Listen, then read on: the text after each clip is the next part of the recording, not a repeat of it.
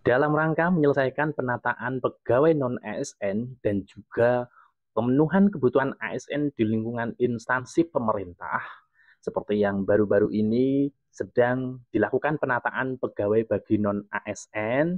Nah, baru-baru ini telah terbit keputusan Menpan RB nomor 16 tahun 2025. Nah, ini adalah isi dari keputusan Menteri Pendayagunaan Aparatur Negara dan Reformasi Birokrasi Republik Indonesia nomor 16 tahun 2025 tentang pegawai pemerintah dengan perjanjian kerja paruh waktu.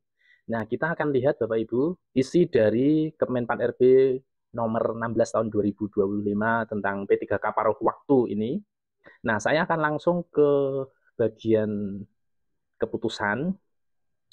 Nah, pengadaan P3K paruh waktu ini dilaksanakan dalam rangka yang pertama penyelesaian penataan pegawai non-ASN, kemudian pemenuhan kebutuhan ASN dengan instansi pemerintah, memperjelas status pegawai non-ASN untuk mengisi jabatan ASN, kemudian yang keempat adalah peningkatan kualitas pelayanan publik untuk mendukung kelancaran pelaksanaan tugas dan pelayanan kepada masyarakat. Nah, pengadaan P3K paruh waktu ini dilakukan untuk beberapa kebutuhan jabatan ya Bapak Ibu, diantaranya adalah guru dan tendik, lalu tenaga kesehatan, tenaga teknis, pengelola umum operasional, operator layanan operasional, pengelola layanan operasional, atau penata layanan operasional Bapak Ibu.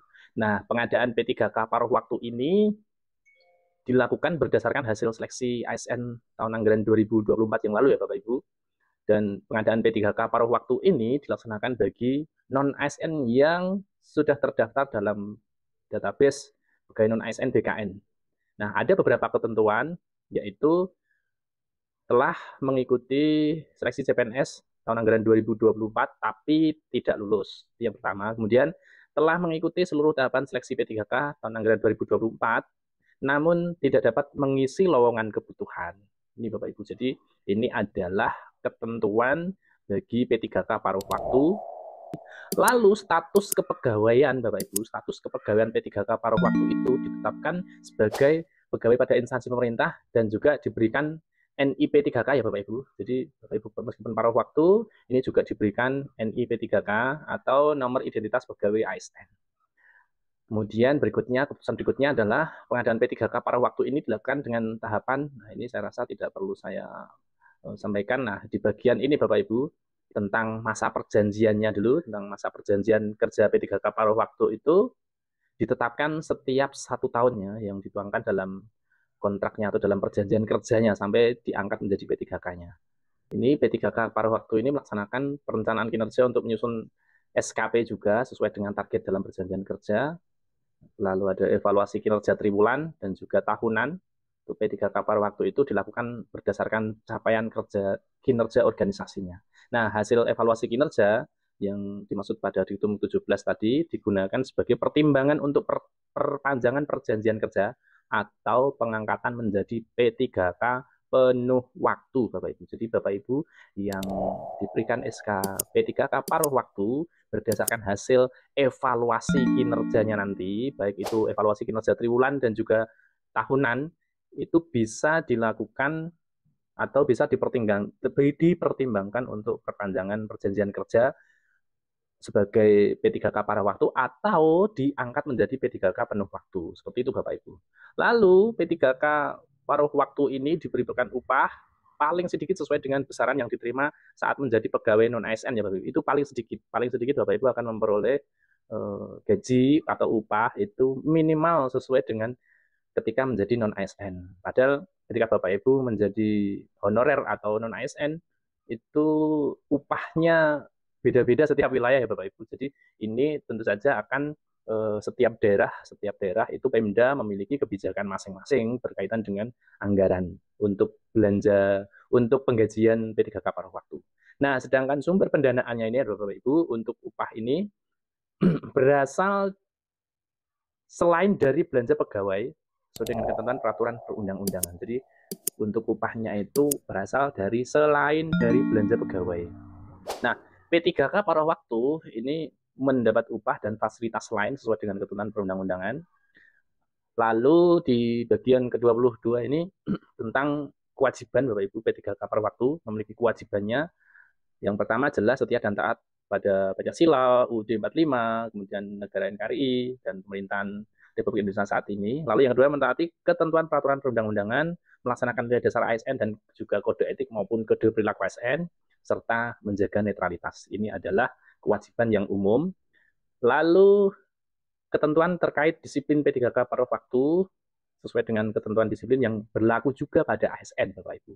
Nah, ada beberapa ketentuan untuk pemberhentian P3K per waktu ini, diantaranya adalah karena diangkat P3K atau CPNS, mengundurkan diri, meninggal, lalu menyalahgunakan atau penyelewengan terhadap Pancasila dan UUD 45, kemudian mencapai pada batas usia pensiun jabatan atau berakhirnya masa perjanjian kerja, bisa juga karena akibat terdampak perampingan organisasi atau kebijakan pemerintah, lalu tidak cakap jasmani atau rohani sehingga tidak dapat menjalankan tugas dan kewajiban, tidak berkinerja, melakukan pelanggaran disiplin tingkat berat, dipidana, lalu yang terakhir adalah menjadi anggota dan atau pengurus parpol. Ini bisa diberhentikan P3K paruh waktu, Bapak Ibu.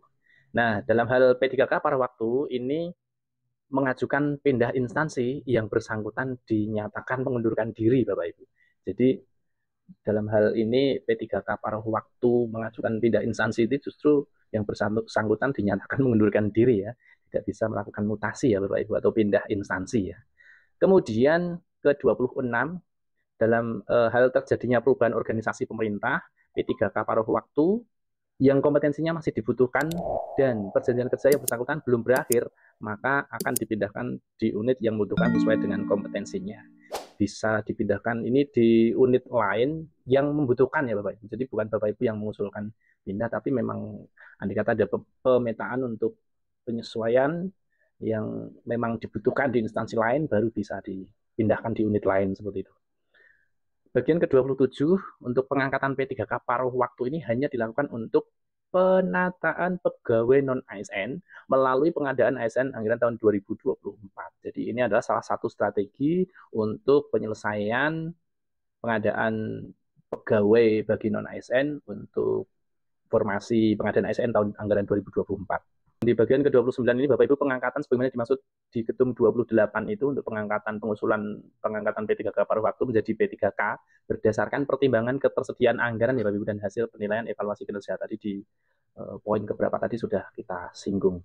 Dan ini adalah beberapa tahapan untuk pengangkatan Bapak Ibu dari P3K paruh waktu untuk bisa menjadi P3K penuh waktu. Ini ada beberapa pertimbangannya dan juga tahapannya. Bagian terakhir Bapak Ibu, bagian ke-30 adalah keputusan ini berlaku sejak tanggal ditetapkan dan apabila kemudian hari terdapat kekeluaran akan diubah sebagaimana mestinya. Ini ditetapkan kemarin tanggal 13 Januari 2025 oleh Bu Menteri Pan-RB. Ya, doa kami yang terbaik adalah Bapak Ibu non-ASN yang telah tergabung dalam formasi ASN atau P3K tahun 2024 kemarin dan disegerakan mendapat kepastian paling tidak Bapak Ibu akan diangkat sebagai P3K paruh waktu dulu Bapak Ibu. Ini dalam rangka pemenuhan juga ya, pemenuhan kebutuhan pegawai dan juga penyelesaian penataan honorer atau non-ASN ini Bapak Ibu. Dan nantinya Bapak Ibu juga akan memperoleh hak yang sama, bisa diangkat juga menjadi P3K penuh waktu atau bahkan mengikuti CPNS, itu bisa dilakukan. Demikian Bapak Ibu, semoga informasi ini bermanfaat. Terima kasih.